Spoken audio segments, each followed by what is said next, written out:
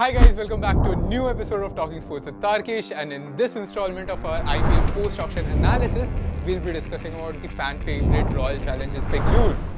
Royal Challengers Bengaluru headed into the IPL auction with the second biggest purse amongst all teams, and their think tank said that unlike earlier seasons, they didn't want to be too reliant on certain key individuals in the coming campaign. So let's try and stitch out the perfect playing 11 for RCB, which will be starting off with obviously Virat Kohli at number 1. Kohli retired from T20Is after the previous World Cup, but he was still the orange cap winner in the previous season of the IPL. So you can expect a certain amount of big runs from him surely. A 600-700 run season will mean the world for RCB. Can they open with Phil Salt or David Padikkal? I think they can go with Salt to maximize his abilities in the power play overs. Furthermore, they got Salt for 11.5 CR, which was a big deal in itself. And Salt had a cracker of a season for KKR. Like, he was one of the centerpieces of their title-winning campaign, and you'd want a player like that to start with Kohli. Like, even if Kohli wants some time to get his eye in, Salt will be the one going berserk from ball 1, right? And at number 3 and 4, they've gotten the Indian order pair of David Padikkal and Rajat Patidar. Again, Patidar was a retention. Padikkal went unsold in the first round of the auction. But the fact that RCB haven't had really a lot of local players playing for them of late maybe compelled them to get Padikkal. And Padikkal at number 3 can play a fair role. Like at Chinnaswamy, he knows that ground like the back of his hand. He's played there all his life. And Patidar is like one of the few Indian bona fide middle order stars in the league right now, and retaining him for 11 CR was a good job by them.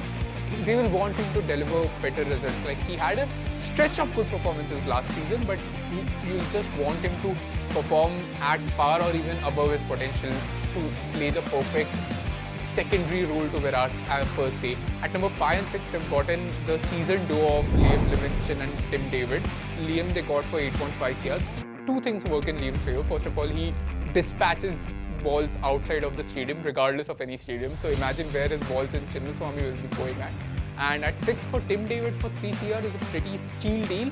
Like, he's had his obvious problems, weaknesses against spin bowling, but maybe he can shield that with Livingstone. And Livingstone, furthermore, he can bowl seam up, he can bowl wrist spin, he can play the off spin as well, bowl the off spin as well. So you've gotten the perfect package deal there.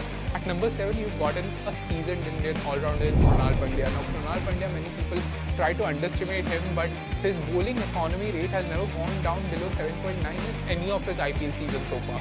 So imagine the kind of control he gives you with the ball, and he's a smart operator with the bat. Like, of late, he's been trying to improve his hitting skills a lot, but with the ball and the bat, he plays the perfect role of an all-rounder that most IPL teams so desperately need.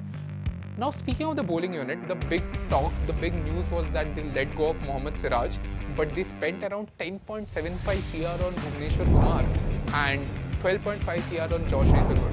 Now, two things here. First of all, many people have criticized RCB for not taking their bowling seriously. So them keeping aside around 23 CR for 2 premier pacers, I think it shows a sign of maturity, of improvement from their end. But Bhumi has lost a yard of pace in the last few seasons. We want him to regain that. The pitch at Chinnaswamy offers ample swing in the initial overs, so I'm sure that Bhumi can take early wickets, and Hazelwood will be extremely good in all phases of the innings, even the middle overs for sure. Yash Dayal is one of their retentions for 5 CR. He's a deal. He's been moving the ball in the air of late. Like, a player who can move the ball in air, who can give it some swing movement in the air, he takes the pitch out of the equation. So Yash Dayal for sure, a great pick. The spinner will be Suyash Sharma, another spinner I speak highly of because he's short.